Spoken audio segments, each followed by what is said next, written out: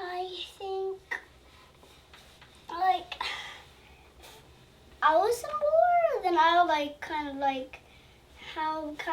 try my best. What would you try your best to do? I'll try to slice every person, be slicing every time I'm walking and slicing through the whole army whenever somebody attacks me. Really? Kind of slice through. So what is war? What is war for? War is for so people won't get hurt or anything. Yeah.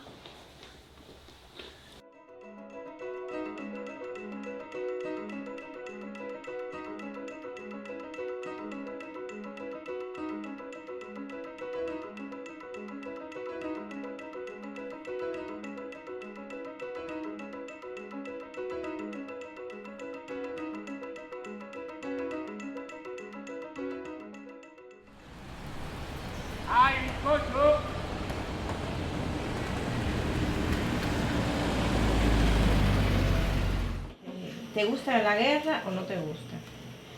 Me gusta. ¿Por qué te gusta? Porque me gustan las pistolas. ¿Y por qué te gustan las pistolas? Para matar a los malos. ¿Pero en la verdad o en el juego? En el juego. ¿Y en la verdad te gustaría que hubiera una guerra? Sí. ¿Y te gustaría que se murieran personas? Personas malas. ¿Las malas y las buenas no? No. ¿Y por qué quieres que se mueran los malos? Porque ellos son malísimos. A ver, ¿te gustaría que nunca hubiera guerras y que las personas siempre fueran felices? Sí, quiero que haya guerra. ¿Quieres que haya guerra? ¿Por qué? Para matar a los malos. Pero ¿y no preferirías que no hubieran malos? Para que el mundo fuera feliz. Sí.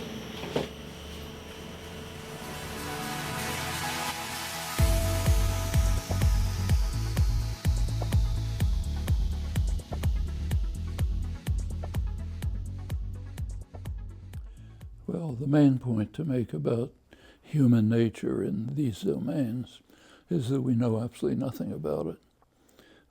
If you look over human history, the last couple 100,000 years, you find instances of war and violence. You find lots of instances of mutual aid, cooperation, and so on. If you look at related species, the closest related to us among the great apes happen to be two main species. One of them, chimpanzees, tend to be rather violent. The other, which is equally close, bonobos, are described as nature's hippies. They make love, not war. So you can take your choice. As far as there's a long history of hunter-gatherer societies. There are claims that they were very violent, but I think most of those have been shot down by serious anthropologists, Brian Ferguson and others. As far as we know, they were relatively peaceful. The examples of violence very commonly are when white invasions took place and created conflict situations, then you get subsurge violence. It's not that they were pacifists, but the general societies were not particularly violent. With the development of state structure, you begin to get organized violence. Thomas Hobbes, who you mentioned, was living at a time when England was an extremely violent society, which doubtless colored his conceptions. But the idea that war and conflict are bred in is just a projection of what people might want to believe. There's basically no scientific evidence for that. What we find is a wide range of behaviors. It depends very much on circumstances, which ones show up. But there are some domains where we know a lot about human nature, like human cognitive structure and so on. But in these areas, it's just what evolutionary biologists ridicule as just so stories. Make up what you like.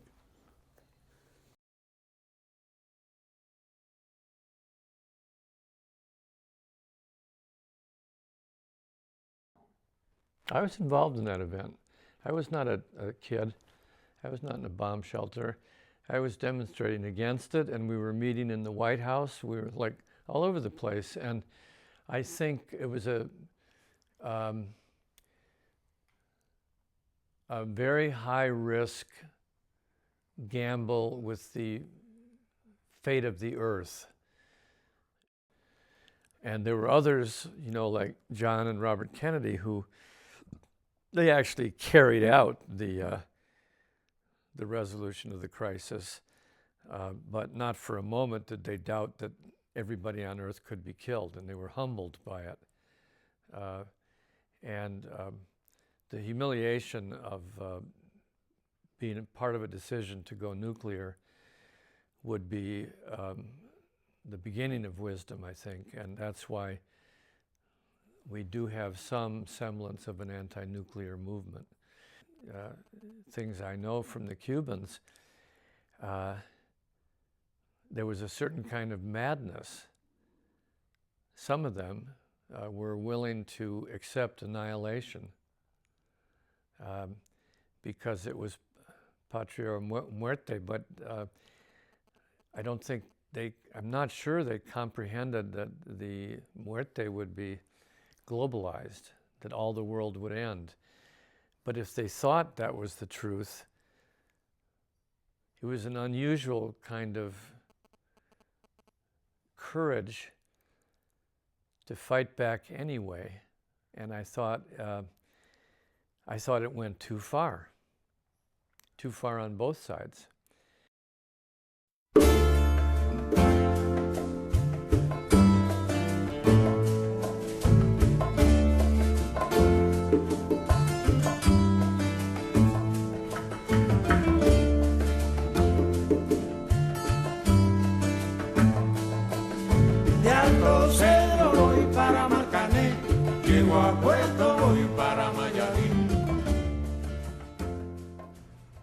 Well, the first thing is that we didn't see the Soviet Union as the evil empire. For us, the Soviet Union was the big power that came to our aid. We felt like this huge behemoth there, the United States, was on us, was trying to get us. And the Russians were in the middle, and they helped. And they helped by placing the missiles in Cuba. I don't think anyone complained that the missiles should be put in Cuba and that by that token we were placed in danger. That was not the way we thought. We thought that it was only natural that the Cuban government would appeal to the Soviet Union for help. Fidel Castro has a more nuanced way of looking at the missile crisis. He says that when the Russians proposed to put the missiles in Cuba, he rationalized it the following way. If these guys are ready to die for us, if they are ready to go to nuclear war for us, then the least we can do is run the risk with them. So it doesn't, yeah, it makes sense.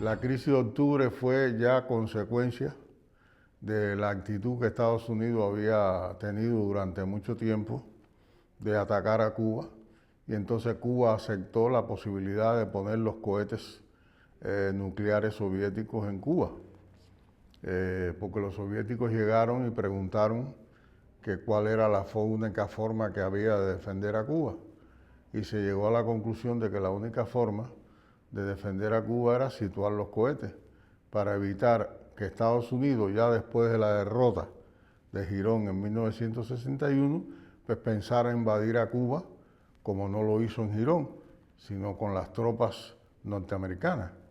Y por tanto empezó el fenómeno de la crisis de octubre. Ese fenómeno de la crisis de octubre fue muy fuerte, muy dramático, porque el mundo estuvo al borde de la Tercera Guerra Mundial y con cohetes nucleares. Pero la gente no estaba asustada, ni mucho menos. Para la juventud aquello casi representaba casi que una fiesta, ¿no? Estar movilizados, estar vigilando los aviones a ver si le tirábamos, movilizados en el malecón, movilizados en el campo y en otros lugares por ahí. La gente tenía una conciencia muy clara de que la única forma de defendernos era esa. Y la gente sí estaba en general dispuesta a defender la isla y a defender el país, a defender la revolución. Y no sentíamos realmente miedo, esa es la verdad. La gente no sentía miedo aquí ante esa situación, sino que se tomó la situación, en mi opinión personal, como algo muy natural. Quizás a lo mejor era en parte porque no teníamos conciencia muy clara de lo que representaba una guerra nuclear, pero sí teníamos una conciencia muy clara de lo que representaba defender a Cuba.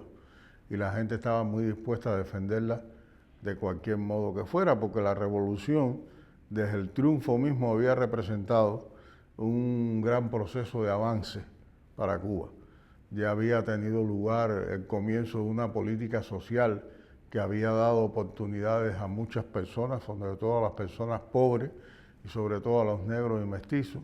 Ya habíamos hecho la campaña de alfabetización en 1961, ya se había comenzado a convertir Cuba en una escuela, porque se hizo la campaña de alfabetización, pero después se siguió el proceso de estudio.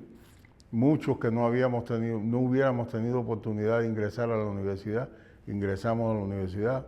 O sea, la revolución comenzó a representar una mejoría importante, sobre todo para aquellas personas que no habían vivido mejor en la Cuba antes de 1959.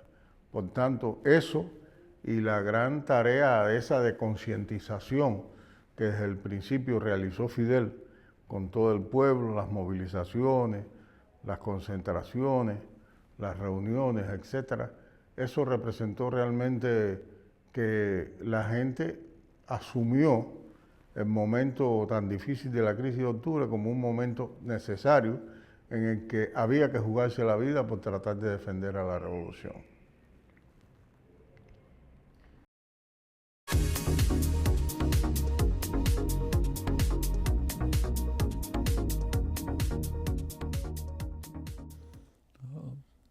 So, for example, many examples. Let's take John F. Kennedy, who was considered a liberal president. Right at the time that Kennedy came into office, Nikita Khrushchev, Russian leader, recognized that if Russia was going to develop economically, it had to cut back the arms race. It's a much poorer country than the United States. Couldn't possibly economically develop when it was pouring resources into an arms race. So he made a pretty spectacular offer. He offered to carry out sharp reduction of offensive weapons mutually, even though the U.S. was well ahead. Well, the Kennedy administration considered it and rejected it, and instead launched the biggest arms buildup in history. There was a reaction to that, the Cuban Missile Crisis. One of the, by now scholarship pretty much agrees, Dan talks about this in his book, that there were two basic reasons why Khrushchev put missiles in Cuba. One was to try to balance somehow the huge U.S. advantage from the Kennedy arms buildup after he rejected Khrushchev's offer to reduce armaments. The other was that the U.S. was planning to invade Cuba. Kennedy was carrying out a huge terrorist campaign run by Robert Kennedy against Cuba, which was pretty serious terror. Operation Mongoose, it was called. There was an official document, August 62, which called for an uprising, terrorism to escalate against Cuba, to cause an uprising in October 1962 which would lead to an American invasion.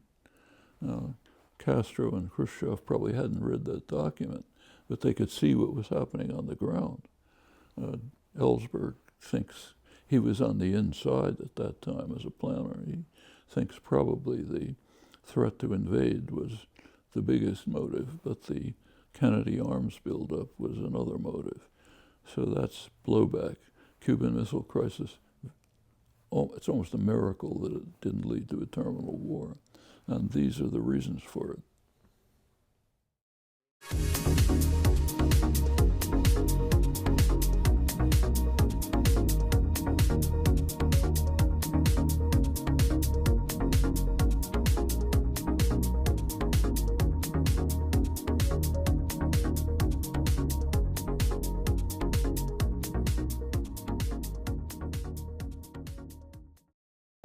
Ya, mi nombre es Hugo Antonio González Fernández.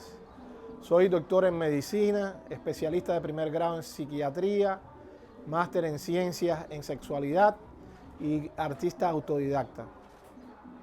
Cuando yo era muy joven, hice una poesía acerca de este problema de las guerras. Y la poesía decía así: sentir que ya se acabaron las guerras, que las armas son cosas anticuadas, son cosas de museo que nuestros niños observaban con inocente mirada, pensando que nuestros antecesores muy locos andaban. Sentir que ya no existe el odio, ni el querer tener unos más que otros. Sentir palpitar la vida joven, llena de alegría, de esperanzas, de nuevas ilusiones, en un mundo mejor, donde no existan las guerras. Ese es mi criterio.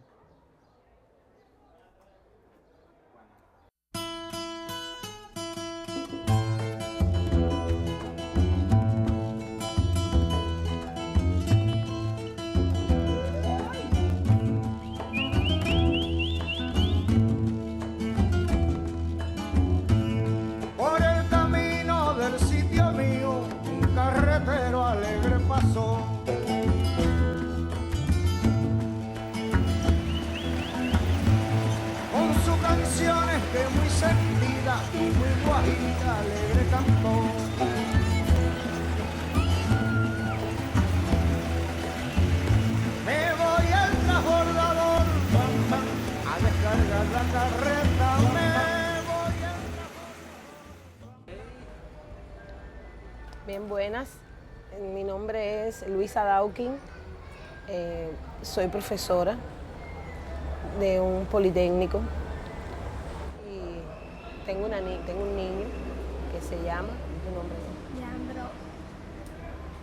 ¿Qué tiene? ¿De edad? 7 a 8 años. ¿Y estudia en una escuela? Tino Castro se llama mi escuela. Y estamos en La Habana Vieja, ¿no? Estamos en el límite entre Habana Vieja y Centro Habana. Yo soy una persona muy esperanzada, muy esperanzada en la humanidad. Yo soy una persona que tengo mucha fe en que el ser humano, mientras más se acerca a sus crisis y a su propia, esta cosa apocalíptica, para así decirlo, el ser humano va tomando conciencia, va estremeciéndose por dentro y está llamado a reflexionar.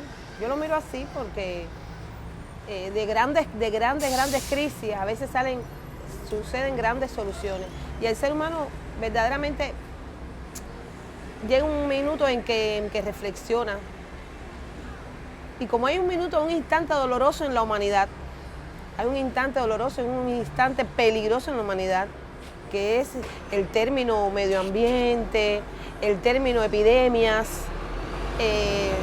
el término exterminios por errores y errores científicos incluso. Sí creo que el ser humano, acercándose a todos estos temores y acercándose a esta realidad, va tomando conciencia y va despegándose un poco de la idea guerra.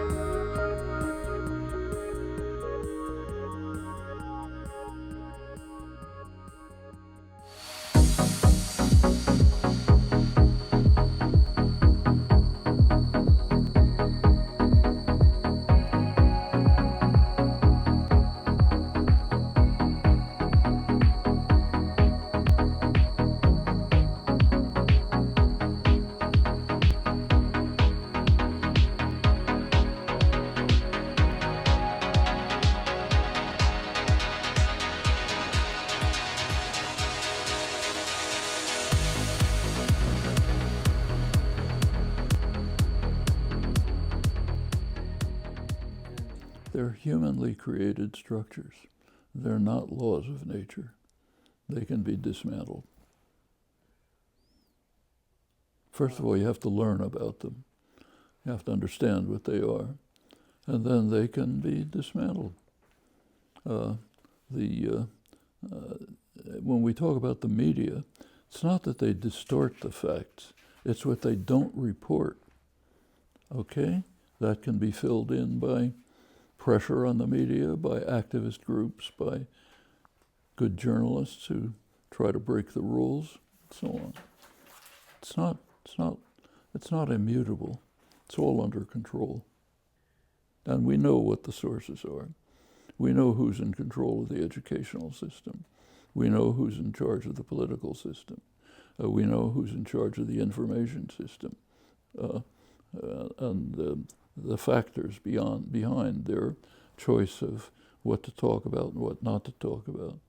It's not a big secret. It's not that nobody's ever discussed it. Actually, it's discussed, interestingly, by George Orwell, and something that virtually nobody's ever read. Everybody's read Animal Farm. Sure, you read it in school. I'm sure you didn't read the preface to Animal Farm, because it was suppressed. It was discovered many years later in his unpublished papers. It's kind of interesting. The preface is addressed to the people of England. That's where the book was about. And he says this book is a satire of the totalitarian enemy, but free England shouldn't be too self-righteous, because in England, unpopular ideas can be suppressed without the use of force. And he discusses some of the mechanisms. The press is owned by wealthy men who have every reason not to want certain ideas to be expressed. Furthermore, we just have, especially if you had a good education, you went to Oxford and Cambridge, Eton, and so on, you have instilled into you the understanding that there are certain things that just wouldn't do to say. Just becomes part of your nature. You don't see them anymore. Well, that's true. That's observations that made very famous by Antonio Gramsci. One of the reasons he was sent to prison goes back much earlier, David Hume and others. Yes, that's part of the culture, but you don't have to subordinate yourself to it. Plenty of people didn't. And it's not that we don't know, it's that we choose not to know. It's very much like religion. We choose to suppress the unpleasant parts for us and to magnify the parts that can be blamed on someone else. That's an effective propaganda system. You select what you're going to talk about. Like the New York Times, the major journal, doesn't remind us how they reacted to the overthrow of Iranian parliamentary democracy by a CIA coup in 1953. You can find it in the Times archives, but the editors would prefer not to refer to it. They applauded it. They said this will be, I'm quoting them, an object lesson to countries that go berserk with nationalism and try to take control of their own resources. It'll be a lesson to others who want to do that. Their resources are ours, not theirs. So therefore, they shouldn't go berserk with nationalism. That was the reaction. The Iranians remember this. They also remember that we installed a tyrant who had one of the worst human rights records in the world. He was constantly ranked by Amnesty International right at the top. And they remember the torture chambers. They remember all of that. We don't. We remember the hostage crisis. But that's a choice. Most people are kept in just about every country, very few exceptions, maybe some of the Scandinavian countries that don't have much of a war machine. Most people are kept in the dark about why their nations go to war and what the wars are all about, and they're lied to with impunity and deceived as to its purpose. And so they end up risking their lives, getting killed, killing other people, usually for reasons that don't stand scrutiny after much time. That's what the Pentagon Papers was, that Daniel Ellsberg exposed. The Pentagon Papers was a reasonable history of how the hell we got into Vietnam, what was the Vietnam War all about, and it made a hash of our reason for being there. It showed the absurdity of our being in Vietnam. There was no Vietnamese threat, and the Vietnamese, if they were allowed to have their country, were not going to be subservient to the Chinese, which had conquered them for 1,000 years, and they certainly weren't going to let the Russians come in and run things, and and everybody knew this. You just had to read a book or two, or something, you would know that. So the lying then is quite deliberate on the part of people who know better. Now the masses of people that you brought up are not in a position to know this because, it means seeing those documents very often that are classified. So that's why Daniel Ellsberg faced over 100 years in jail for releasing the Pentagon Papers, a document that really is basically a history that we all needed to read. Should have been obligated to read, before you vote, you should have had to read it. But, no, nothing like that. We would be denied. And because it made a mockery of why 59,000 American troops got killed and 3.5 million Indochinese.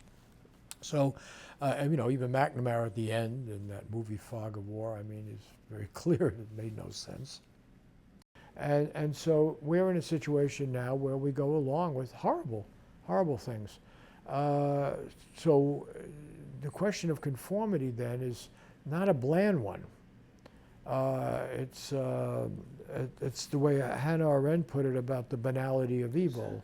It's absolutely critical, and she wasn't suggesting that the evil itself is unimportant, or she was just saying it becomes all too common, all too acceptable, and not seen as evil.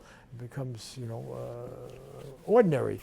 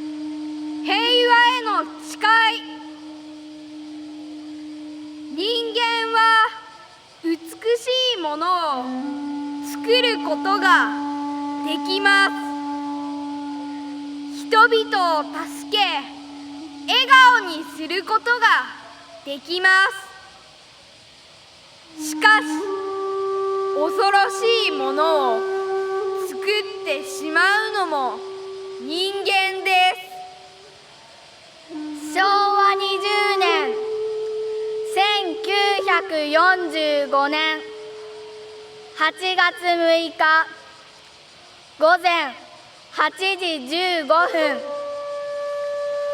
原子爆弾の投下によって町は焼け、たくさんの命が奪われました。助けてと泣き叫びながら倒れている子供、うちの息子はどこ？と探し続けるお父さんやお母さん、骨をもいでくださいと頼む人は皮膚が垂れ下がり腕の肉がない姿でした。広島は赤と黒だけの世界になったのです。73年が経ち、私たちに残されたのは血がべっとりついた少女のワンピース、焼けた壁に記された伝言、そして今もなお遺骨のないお墓の前で静かに手を合わせる人。広島に残る遺品に思いを寄せ、今でも苦しみ続ける人々の話に耳を傾け、今私たちは強く平和を願います。平和とは自然に笑顔になれること。平和とは人も自分も幸せであること。平和とは夢や希望を持てる未来があること。苦しみや憎しみを乗り越え、平和な未来を作ろうと懸命に生きてきた広島の人々、その平和への思いをつないでいく私たち。平和を作ることは難しいことではありません。私たちは無力ではないのです。平和への思いを折り鶴に込めて世界の人々へ届けます。73年前の事実を、被爆者の思いを私たちが学んで心に感じたことを伝える伝承者になります。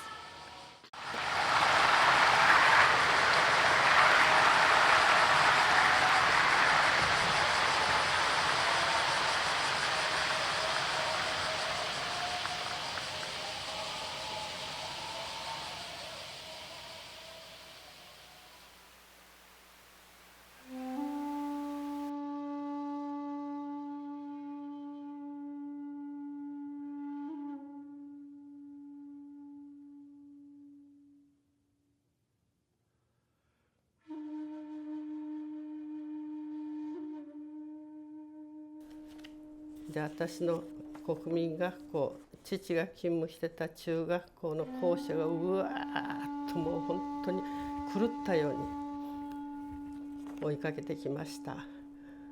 で、女の子が柱で体を挟まれた女の子が私のもんぺを助けてってもんぺをつかむ。その時に私は怖くって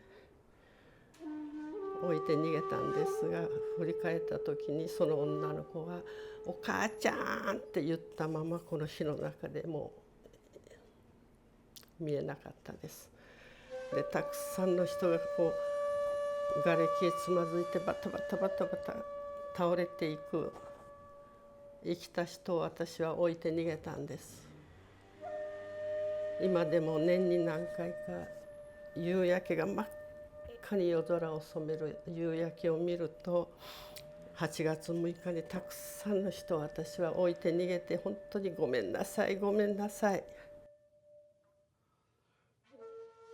その作業の間も先生から生き残り生き残りいうふうに言われて、名前も呼んでもらえないし、もう本当に生き残ったことがこんなに悪いことしたのかと思うくらいにありましたね。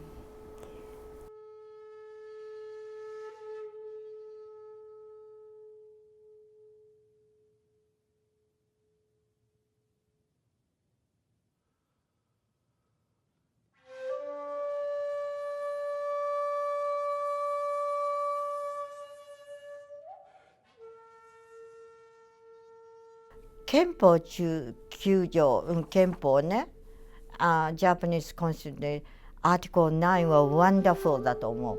決して変えてはいけないと思う。私日本が負けてね、もうすごく悲しいことがいっぱいあったかもしれないけれども、一番素晴らしいことはアメリカがこんな素晴らしい憲法9条を作ってくれたということ。いろんなことがあってもこの憲法9条、日本は絶対に戦争をしないと誓った。この素晴らしい憲法のもとに私たちはしない。戦争をするっていうのは人を殺すということでしょ。じゃあ私たちに何ができますかって言ったらね、人を殺さないということ。私たちは生きていくということ。だからね、戦争以外にどうやって全部の国が生きますかっていうと、みんなが生きる方法を考えると。どんなことがあってもいろんな事情があるけれども、それは助けるしかないですよね。みんなが生きていく方法は何があるか。人を殺して生きっていうことじゃない。そのためにはボーダーを作らないね。国を作らない。ナショナリティとかナショナルはいらないんですよね。もうみんな同じという考え。そうするとね、若い人たちはいっぱい来て、で知る、よその国はどうしてるか、よその国はどんなに貧しいかねということを知る。だから若いうちにどんどんいろんな国に行く。私の目の中に焼き付いてる姿でかき消すことができない姿がいくつもあるわけですけれど、例えば、戦争中は男性はみんな丸坊主です。女性は髪が長いです。だから髪が長い人は女性だというのがはっきりしてるわけですね。でそのうごめいてる人の頭の髪は長いわけですから女性ですね。でその女性が焼き切られて服はずり落ちてしまってるわけですから、裸同然ですよね。もう恥ずかしさに耐えられないという姿になってるわけですけれど、どうすることもできないわけですね。そして体中からやけどをした怪我をしたところから血が流れてる。その血がだらーっと体中に流れてるんですけれど、私たちが見た時にその血は赤くないんですよ。真っ黒けなんですよ。もうクロンボのように真っ黒けになってるわけですね。そして次から次に血が出てるのはピカピカこうキラキラキラキラ光ってる状況になってるわけですね。赤くないんです。すぐ真っ黒けになってるわけですね。でそういう体の女性がこの必死でこう左に右にこううごめきながら足をくの字の足を前に出そうとしますから、汚い焼けちれた髪の毛、それが真っ黒けになってる汚い髪ですけれど、頭の皮膚と肉をつけたまま流れるんです。ずっとこちらに流れてくるわけですね。こんなもの溶けてなくなってますから、ここまで流れてきて止まってへばりついてるわけですね。そして針金のようになってるわけですね。でここは赤むげのテラテラです。その女性の姿、背中はビフテキのように皮膚と肉が焼かれてるわけですね。で焼かれてるこの皮膚と肉はこううごめきますとこう反り返っていくわけです。反り返っていきますと重みがあるから痛いわけですね。痛いですから両腕をこう上にこう両脇にこう上げていくわけですね。こうやってるんですよ。だけどこの辺に誰かがスッと当たりますと今度この辺のものがずるずるずるずるずり落ちてくるんですね。でずり落ちてこの爪がそれを離さないもんですから、爪を起点としてこの辺のものはずるずるっとここにぶら下がってる。そのまま必死で遅れないようにして早く町の外に逃げようとしているこの女性の姿はですね、私の目の中に焼き付いてます。かき消すことできません。ですから私はその核兵器の事実を知らないと無知のまま過ごしていくならば、人類はやがて放射線放射能被害、放射線障害によって自滅していく道をたどっていかざるを得なくなると思います。ですから核兵器を廃絶するためには、核戦争をなくするためには、広島長崎の原爆の事実を世界中の人たちが知らなかったら、それを実現することができないと思います。その事実を知るということを世界の人たちがやらなかったら、人類の未来はなくなっていく。戦争をなくすることはできないと思います。私は事実、もうこの地球上で戦争をすることはできないと思っております。この戦争の行き着くところは核戦争ですから、現在はその核戦争をするならば、人類は確実に私は絶滅してしまうと思っておりますね。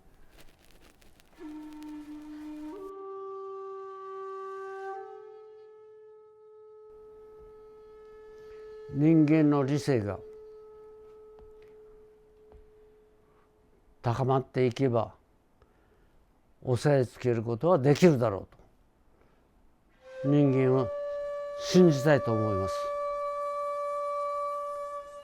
というのが今原爆から72年経ちました。被爆者が初めからね、こういう願い、こういう思いを達成してほしいと、全世界に今1万5000のね、核兵器の、核兵器が残されていると。本当に被爆者としてね、これほど嬉しいことはない。そういう条約ができたと。今度は日本政府をね、まず署名せよと。この条約に署名して批准せよと。国際関係において、国連において物笑いになるなということを言いたいます。この間も安倍総理が来た時、私は言いました。やってくださいと。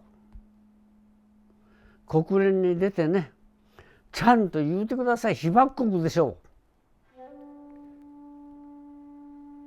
責任を全うしてください。被爆者の切なる願いをね、聞いていただきたいと言いました。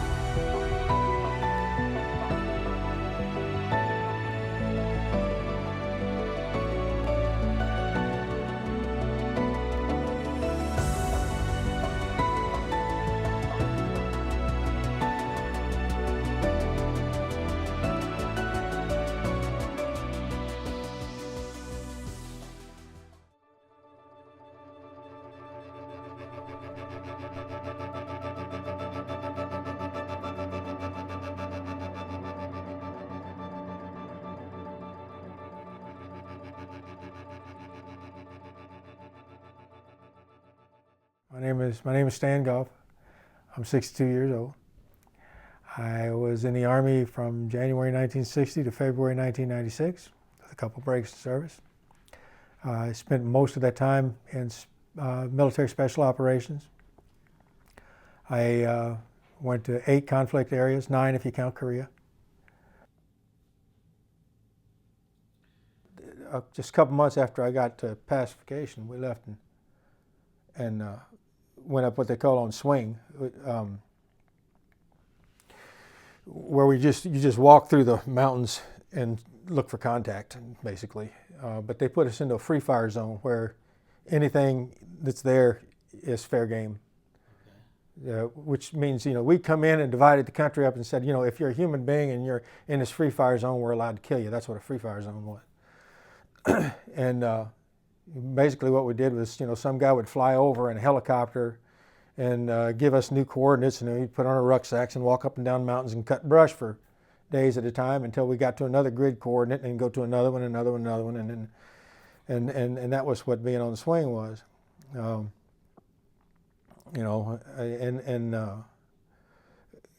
Very seldom did we come back into populated areas, because then you're back out of the free fire zone.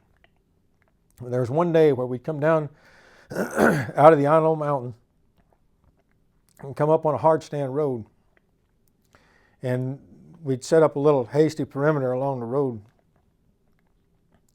and there was foot and bicycle traffic and trucks and whatnot going up and down the road, and there was a young guy, young Vietnamese, and a bicycle, and he had 2 baskets and they were full of sugar cane on the back.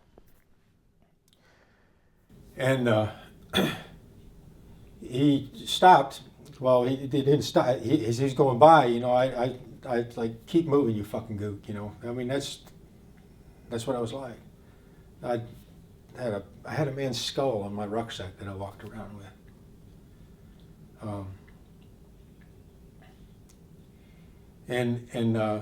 When I said that, I said, keep moving, you fucking gook. And he stops his bicycle, and nobody had ever fronted me like that before, because we were pretty scary guys, we were teenagers with fucking machine guns, and he came back and he spoke a little English, which was unusual too. And he said, I'm Vietnamese. I called him a gook. He said, I'm Vietnamese, and you're an American.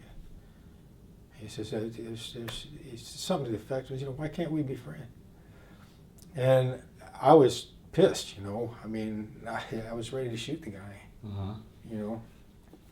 just because he was uppity, you know what I'm saying?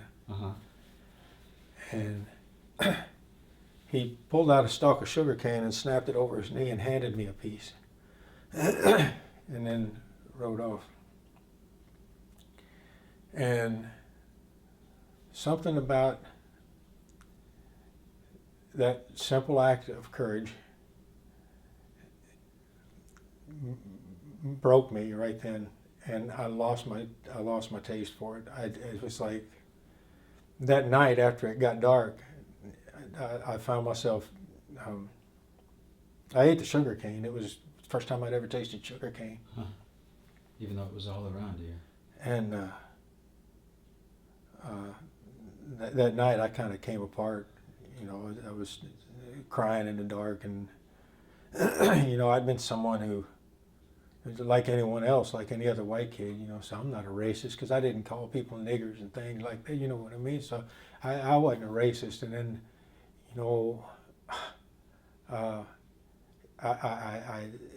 this guy confronting me that way by giving me a piece of sugar cane and by just not being afraid,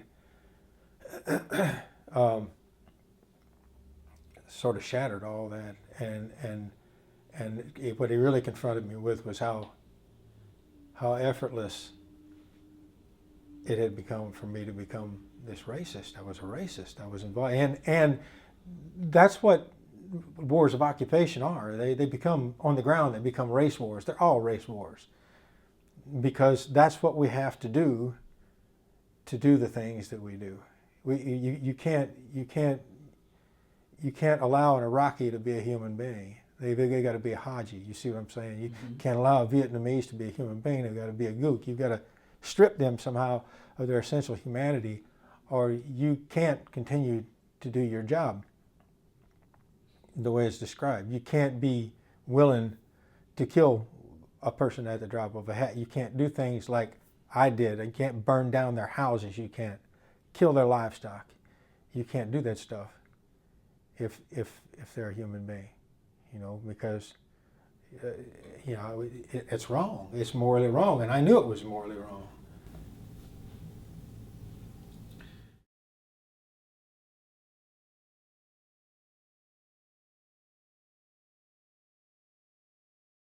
All human beings are born free and equal in dignity and rights. They are endowed with reason and conscience, and should act towards one another in a spirit of fellowship.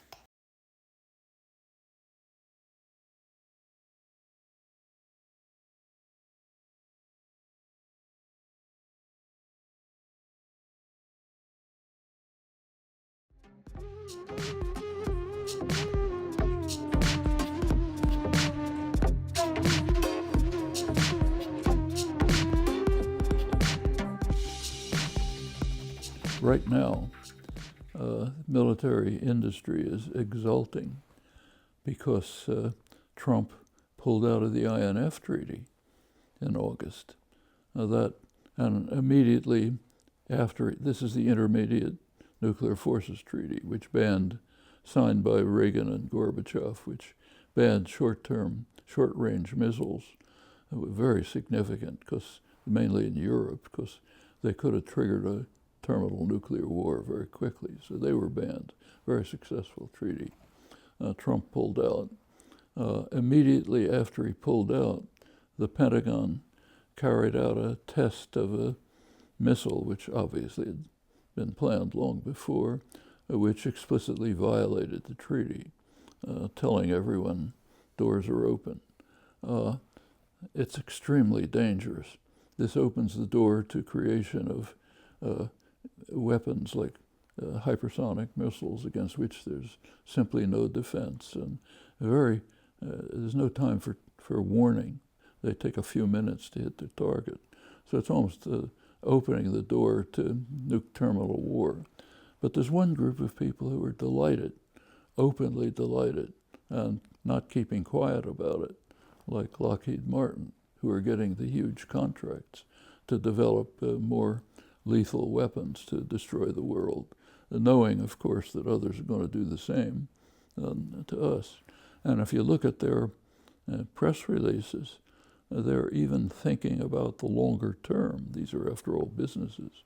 They're thinking that after they develop these weapons, they're going to get contracts, bigger contracts, to try to develop systems that might protect you against these weapons. It's not a military-industrial complex. It's a military industry living off the decisions of the civilian government. They're not doing it. It's the civilian government that's doing it, putting us all at extreme risk, and there's no talk about it.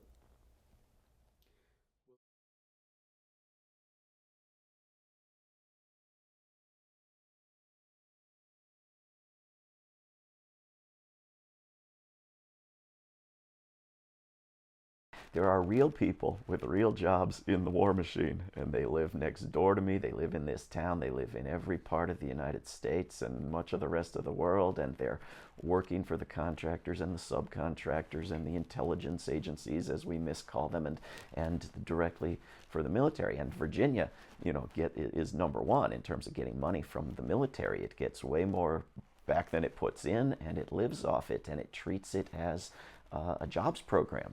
And our commentators on TV, which we would see as sociopathic if some other nation were doing it, treat program of killing as a jobs program. And the companies go to the Congress members and they say, we will take jobs away from your district if you don't pay for this weapon. And they make the weapon in 18 parts in 18 different key districts completely inefficiently for that purpose. And then they dump part of the money they get into bribery for the campaigns. But there is not a dispute among economists that you would have more jobs and better paying jobs if you put the money into almost anything else, even tax cuts for working people, right? So it's worse than nothing. It's a drain on the economy, as one might expect when it isn't producing anything useful. It's parasitical. It's producing destruction. So, you know, we could move the $1 trillion that the United States government spends every year and the $1 trillion that the whole rest of the world combined spends every year, $2 trillion, we could move it from war to peace and have so much left over that you could retrain and retool. No one would need to be hurt in the process. States are starting to do this. Connecticut has set up a commission to work on this. Other half dozen states are close to doing so. We could convert. We could transition from war to peace. And the people who have the jobs in the war machine could have jobs in the peace machine, feel better about their jobs, make more money, and we would have so much left over that we could give everybody free education, we could give everybody vacations, we could give everybody health care. We could put hundreds of billions of dollars into foreign aid, not the pathetic $23 billion. You know, we could give the world food, water, health care, sustainable green energy systems, and be the most beloved nation on earth, on top of taking away the military presence and the drones and the bombs and the occupations. At which point the idea of anti-US, anti-American terrorist organizations becomes as ludicrous as anti-Swiss or anti-Canadian terrorist organizations. You know, we're caught in this counterproductive, deadly cycle where we keep attacking people to protect us, and it keeps endangering us. Where for 10% of what we're spending on that, we could make the world love us and have tons of money to invest in this country itself and have tax cuts. You could have all three of those things for the $1 trillion every year from this country into a crime.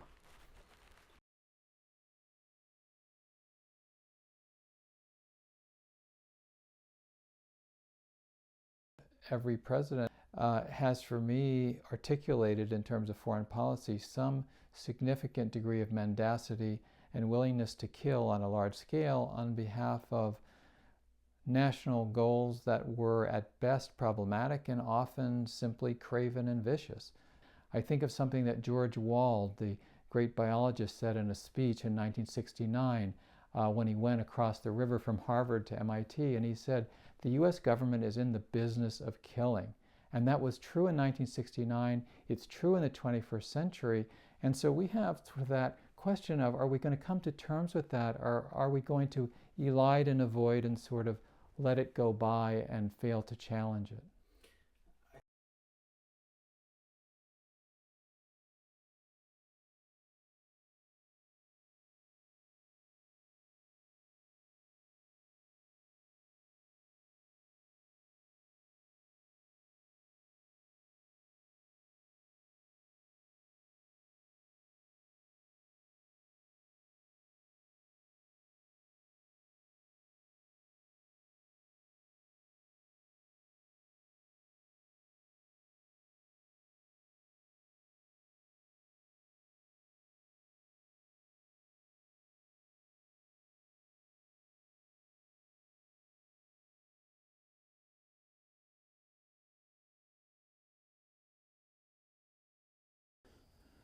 Perfectly true. Take 9/11. Bin Laden was quite open about what was behind it. The treatment of the Palestinians, the presence of U.S. troops in Saudi Arabia, the guardian of the holy cities, the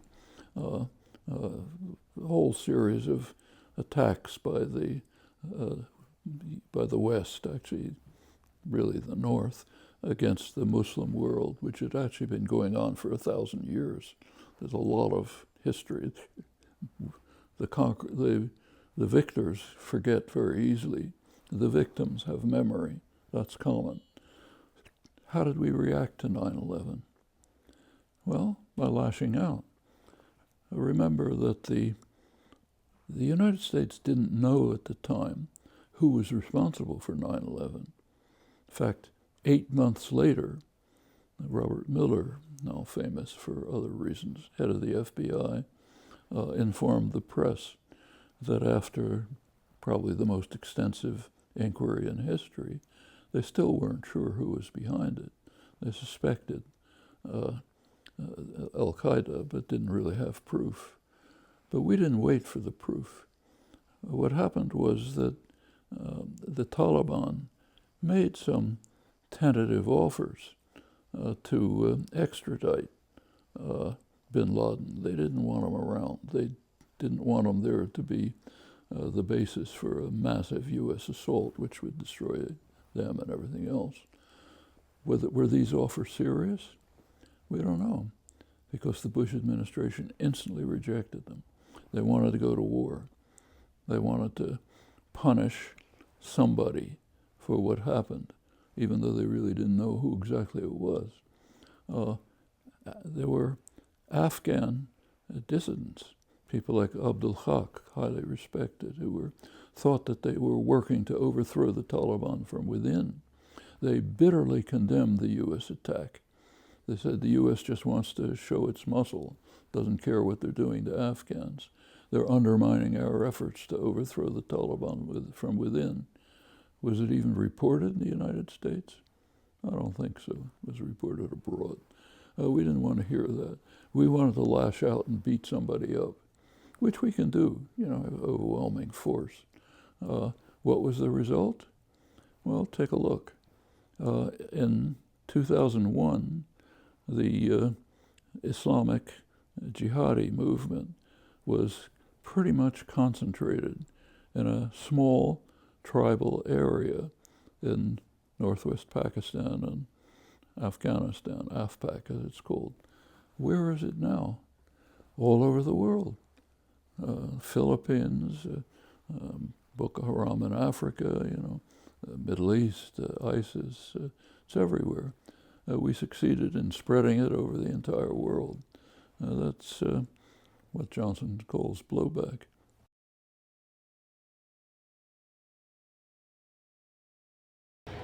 De Rumba Morena para el grupo, para el mundo, para que se acabe la injusticia y la guerra. Todos estamos viviendo en la nueva era. Se respira el buen sentido de la libertad.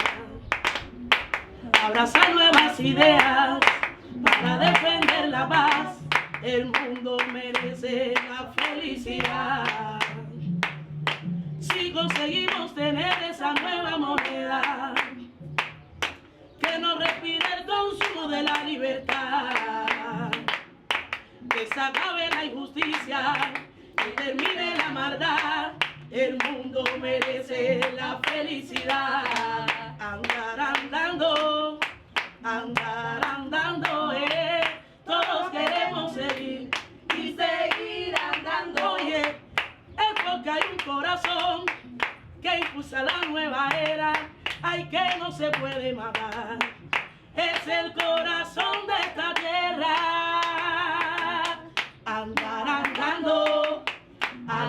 andando, todos queremos seguir y seguir andando. Que se acabe la injusticia, que termine la maldad y que haya unión en el mundo.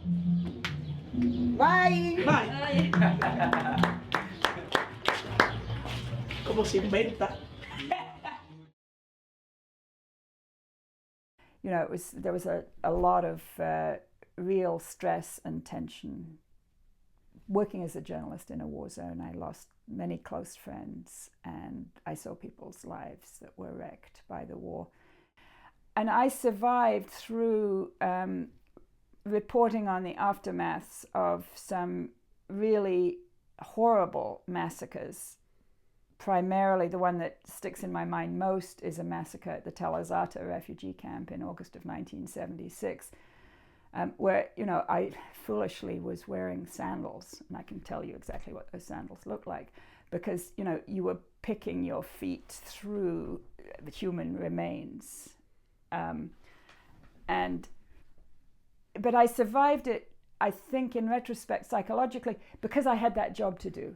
You know, you need to have your notebook and your pen, and you just take notes, and that's what you do. And afterwards, you can go and throw up. You can tear your hair out. So the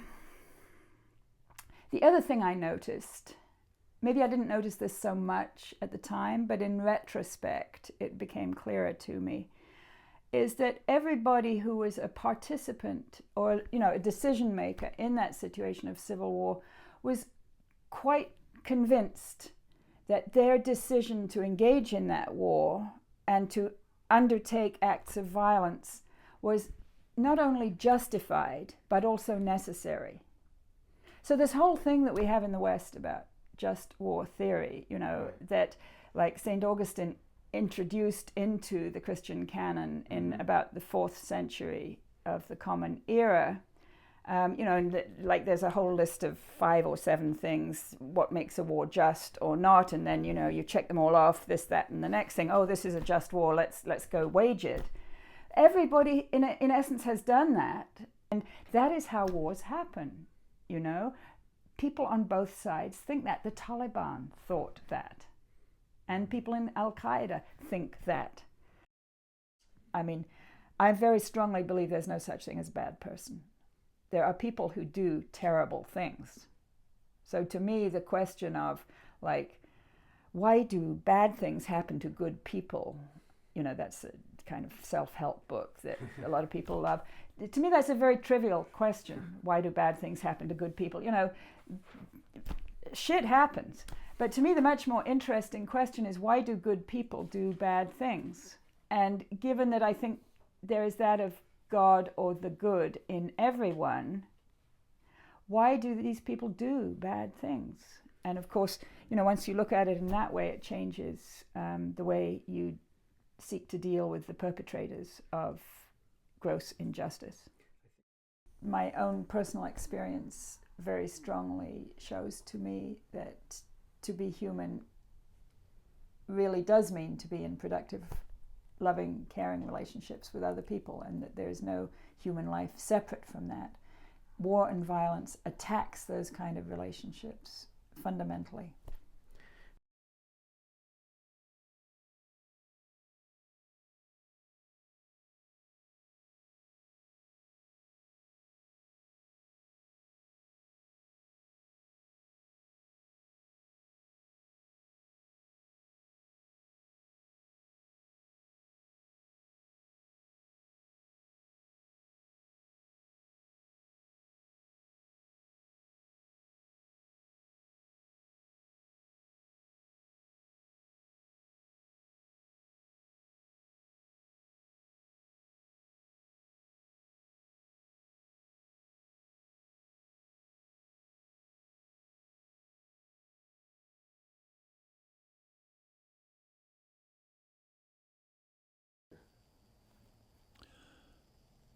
Religion doesn't guide ethical behavior. We choose, if you take a look at the religions, say, let's take the Abrahamic religions, the ones we're familiar with, Judaism, Christianity, Islam. You take a look at the holy texts in the Abrahamic religions. They range from mercy, justice, the pacifist, radical pacifist message of the Gospels, to the most genocidal passages in the Western canon. We have to slaughter every person, every Amalekite, down to the goats and the children and everyone else, because a couple hundred years before they bothered us when we were trying to cross the desert, things like that. That's all very alive, incidentally. So you can pick and choose what you want from the religions. And when you say they guide our behavior, what that means is we pick what we want to see, and we may let that guide our behavior.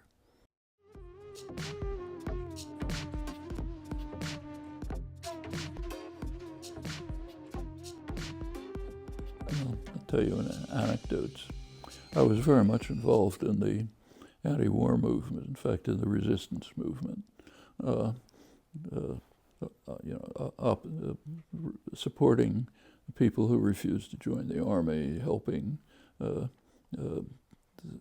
people leaving the country, many others, tax resistance and so on. There was a faction that developed, the Weathermen, who said, we can't just do this soft stuff, let's have violence, break the shop windows in the streets, attack the banks and so on. I remember meetings with Vietnamese who were pleading with people not to do that. What they were advocating was things so mild that much of the anti-war movement couldn't even think about them. So I remember they're describing with great respect an event where a group of mothers had a silent demonstration near a cemetery where war veterans were buried. They thought that was great. The worst thing that could happen would be breaking bank windows for a very simple reason. They wanted to survive. They didn't care whether demonstrators felt good about themselves. And they knew perfectly well what the dynamics are. You carry out violent acts, you build up support for the war. You move to the arena of violence, the toughest guys win. It's not us. So you want to give a gift to the far right, break windows. You want to help the victims, carry out nonviolent civil disobedience. If we don't work together on the crisis that the human species is facing, we'll all go, and very soon. So it's a major question right now. If the world doesn't join to deal with the existential crises that we face, global warming in particular, there isn't going to be any organized human life in a couple of decades.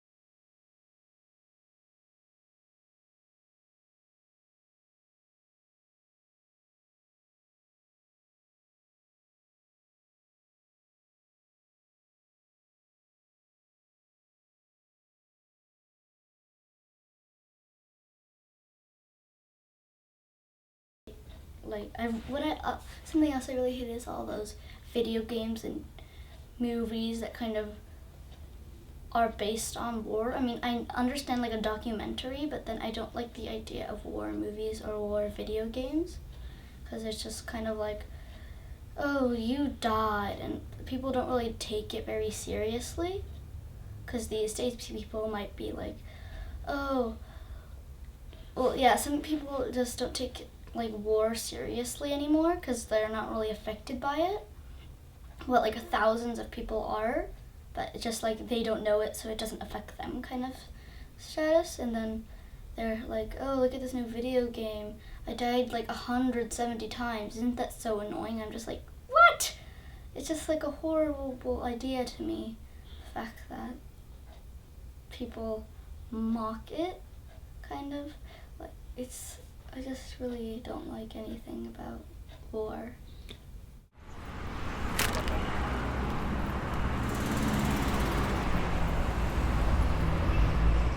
Por ejemplo, en algunas de series la gente se pelea entre ellos y como hacen guerra, ¿no? Por ejemplo, algunas naciones hacen guerras con otras. ¿Qué tú piensas acerca, o sea, qué sabes acerca de la guerra? Que la guerra es cuando una nación y otra nación son enemigos, cuando no se quieren. ¿Y sabes de alguna guerra, no sé, has escuchado de alguna guerra que haya en el mundo? ¿Como cuál? En Siria, los holandeses.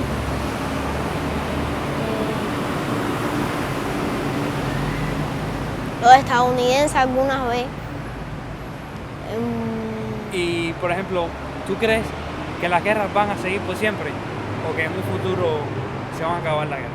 En un futuro se van a acabar. ¿Por qué piensas eso? Porque los otros países se van a hacer amigos, se van a querer, no va a haber más guerra en el mundo. ¿Y te gustaría que, o sea, tú personalmente, te gustaría que se acabara la guerra, que en el futuro no hubiera? Sí. ¿Por qué te gustaría? Porque en la guerra te puedes hacer mucho daño, te puedes morir, te puedes hacer daño, heridas, golpes.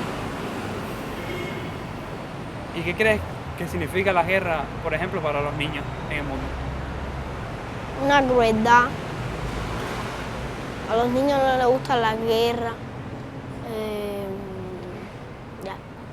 Por ejemplo, ¿cómo tú crees que viven los niños en Siria, que están en guerra? Que viven adentro de sus casas, no pueden salir, no pueden jugar, no pueden ser libres por las guerras, por los ataques, las bombas.